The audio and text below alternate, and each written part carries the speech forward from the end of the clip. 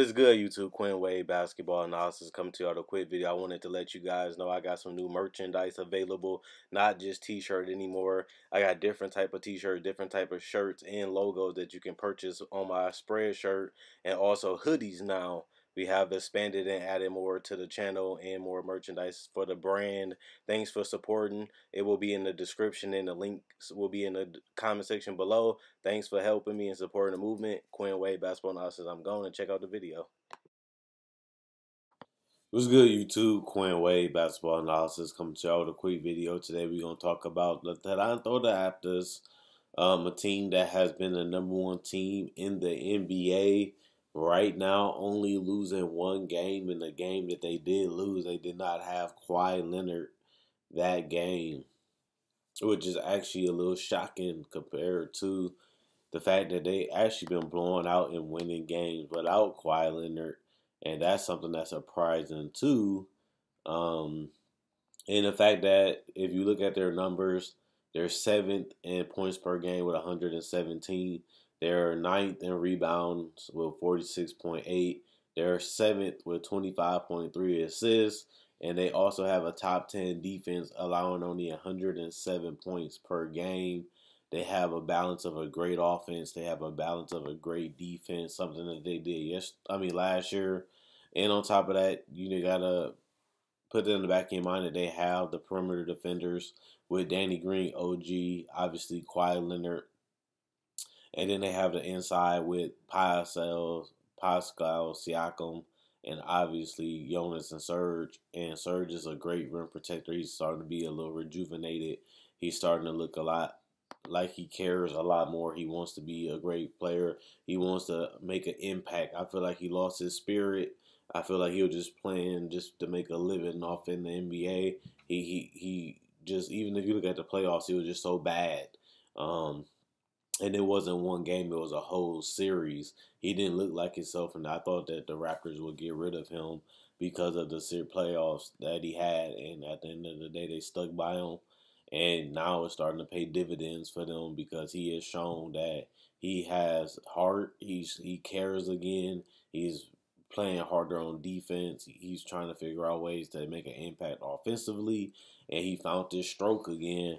And that's something that they really needed. They needed somebody that can be versatile. And Serge Ibaka is one of their better two-way players right now, and is good at that. They have somebody inside that can play the 4 or the 5, and he's just so good right now. And then you obviously have Kyle Lowry leading the NBA in assists, just going out there having a blast. That's what I see from Kyle Lowry, crossing people up, pulling up from the three-point line, just sniping it from 3. The guy is unbelievable right now, and I've never been the biggest Kyle Lowry person, but I always respected him, his come up, and his ability to take over games. And he's right now shooting 39% from 3 with 6.6 attempts a game, and obviously he's shooting 49% from the field. That's a career high. It's not even close at this point. And then he obviously averaged 11.3 assists, which is astronomical for him because the most he ever averaged, it seemed like, was 7. And he's still getting his 4 rebounds, and he also getting only 2.9 turnovers, which isn't bad considering how much he has the ball in his hands, and the fact that at the end of the day, he's still giving you the season high in assists.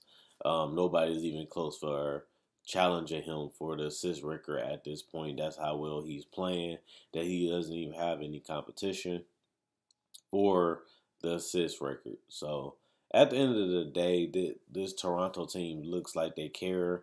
They look like they want to prove something. They're going out there and annihilating people because they move the ball well. They're hitting spot up threes. They got guys that's extremely confident right now because some of the shots they do are a little tough and they are a little far. But when you winning like they're winning and you're touching the ball like everybody is, everybody just seems like they're in sync. And I haven't really seen a team like that besides the Warriors and the Rockets last year, where they just feel like they can stop you and they can go out there and score on anybody. Whoever got the ball, it just feels like a threat. And that just showed you how elite this offense is. If you make a pass, you got Danny Green. If you collapse the defense, you got Kawhi Leonard, Danny Green, and Kyle Lowry and Serge Ibaka at the 3-point line. So it kind of reminded me a little bit of the Bucks too. But the biggest difference is they have different offensive sets, and they don't really rely a lot on Kawhi Leonard creating a lot of their offense. Everybody is touching the ball on this team, so it ain't just put them in awkward situations like the Rockets did last year with the pick and roll or the isolation. They're just whoever's open and whoever feels like they can get a quality shot or create a quality shot. Here's the ball, and you go out there and do it. I never seen Danny Green look so good. Besides when he was with the Spurs the first couple seasons, I thought he was done. He wasn't a good defender or a great defender anymore. He kind of lost his touches from the Spurs last year, maybe the last 2 years. But he just looked reinvigorated. He looks like he really, when he got traded, it seemed like he really wanted to resurrect his career. He wanted to go out there and prove that he can still play. He can still be a solid starter because Danny Green at that point, to me, he looked like a guy that should come off the bench or even be a seventh or eighth guy. Now he looks like a legitimate starter. Same with Serge Ibaka. Like I said, he looked like he was going to be a player that his career was going to fail and he was going to be over. And now he looks like a whole different person um, compared to last year in the last season in the playoffs. So I think that that's something that you definitely got to look at. The fact that Nick Nurse got these guys trusting and believing in themselves, but also in their teammates. I mean, also in he got them trusting and believing in themselves, and they play well together, and they look like they're on one stream. Do I think they're better than the Warriors? No, because the Warriors have a higher ceiling, but they don't seem like they're that far. I know they don't look that good on paper compared to the Warriors, but when it comes to going out there, actually going out there to execute, whether it's offensively or defensively, um, this team has been able to rise to the challenge, and it seems like they're not taking anybody lightly. It seems like they're trying to go out there and destroy everybody, and that's something that we haven't really seen besides from the Warriors when they won 73 games recently. They was going out there actually trying to beat everybody. They was going out there trying to show people and prove to people that they're the best. And I feel like right now the Raptors, and I didn't see this coming, even though I did predict that they can get the number one spot in the East. This year, I still picked the Celtics to finish number one. I picked the Raptors to finish number two because they had got Kyrie and Gordon Hayward back. Even though it still can't happen, the best team in the East is still like it's the Bucks and the Raptors. But I still feel like the Raptors are a little bit better considering that they play more together and they have a better defense to me, and that's something that and they have a better little deep rotation. I think their rotation is a little bit deeper compared to the Bucks, even though the Bucks has improved their roster a lot too. Um, yeah, this team looks good. That to me, they're a flawless team right now with the ball movement, with the 3-point shooting, with the perimeter defenders, with that inside rim protectors, and some athleticism mixed in there. Everybody can guard. Everybody is quick. Everybody is mobile. Everybody communicates defensively. Everybody goes out there and run the sets, and the fact that they can actually shoot at all five positions, depending on what lineup they put out there, just makes them even harder to guard. The fact that they're just one pass away, they're one ISO away, or they just one collapse away from kicking it out to a sniper at this point. So this team is very difficult, and this team is going to be hard to beat. I can definitely see them winning 60 games, but then again, I did pick Kawhi Leonard to win MVP. I did pick them to finish in the top two, and I feel like if Kawhi Leonard can continue the way he's playing, I don't see why he can't win MVP. The only thing he's really holding back from is the fact that he's missing a lot of games due to his injury rehab, and if he can get that figured out, he should be able to get back to playing a lot more games, getting a lot more shots, and if he can do that, he should be able to get the MVP award. Kawhi Leonard's biggest weaknesses was the fact that he wasn't a great playmaker and he didn't really make his teammates better offensively That's something that has changed this year. He's kicking out shooters. He's attacking the paint, looking to pass, not just score. He looks like just a well-rounded player. And the fact that he's taking more shots shows that he does have that dog and that alpha male in him, because now he's just going out there taking over games, feeling like he can do whatever he wants. The coach really inspired him to be the best he can be. And Kawhi Leonard, now he's scoring more in isolation. He's attacking people, but he's also finding his teammates.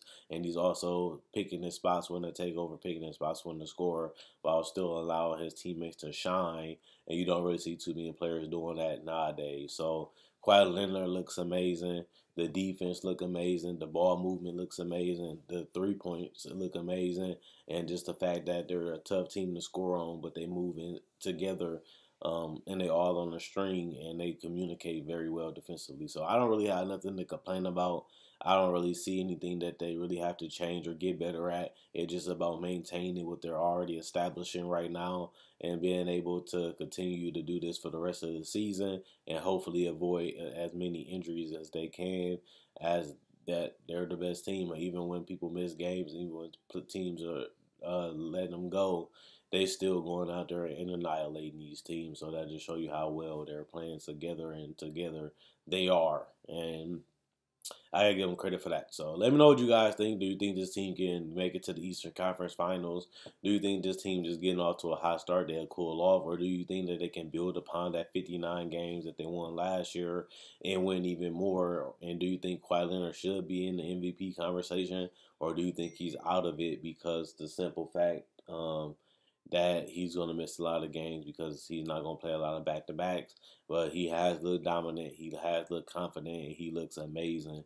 Right now, his defense looks well. His three-point shooting looks well. His ability to create off the dribble and explode is back.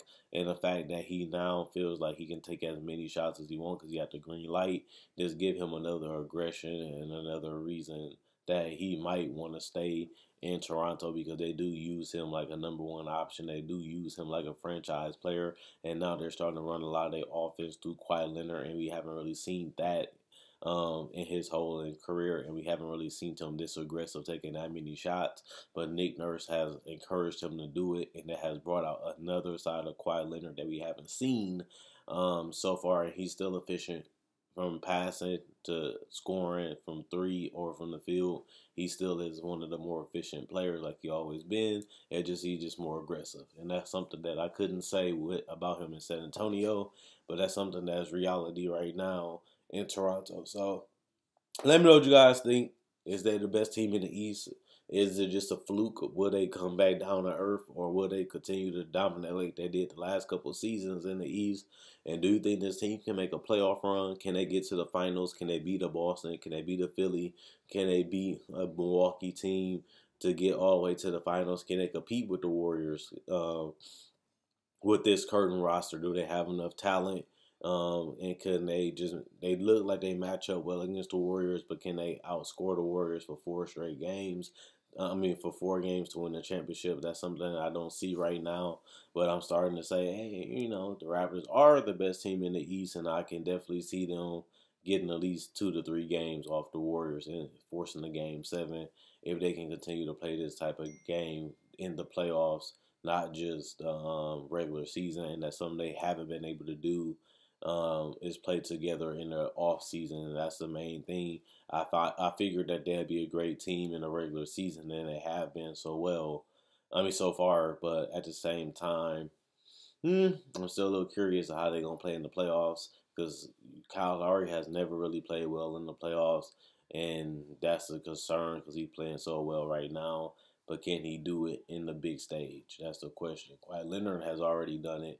The rest of these teammates, I'm kind of questioning it, and that's my biggest flaw right now with this team, is the postseason, and that's something that I got to see. Check out my website, analysisplayground.com. Link will be in the description, comment section below. Check out my Facebook page, analysisplayground.com. Link will be in the description and in the comment section below. Like on Facebook to show support. Check out my spread shirt. There you can find t-shirts, sweaters, and hoodies, and also accessories like a phone case, even random things like water bottle, pillowcases, and even mouse pads. Check it out. Link will be in the description in the comment section below. Also, Thanks for watching the videos. Thanks for binge watching. Check out my older videos. Link will be in the description. Check out my playlists. I got everything organized for you guys to enjoy. But also, thanks for binge watching. Thanks for supporting the channel. Thanks for continuing to watch and liking all the videos.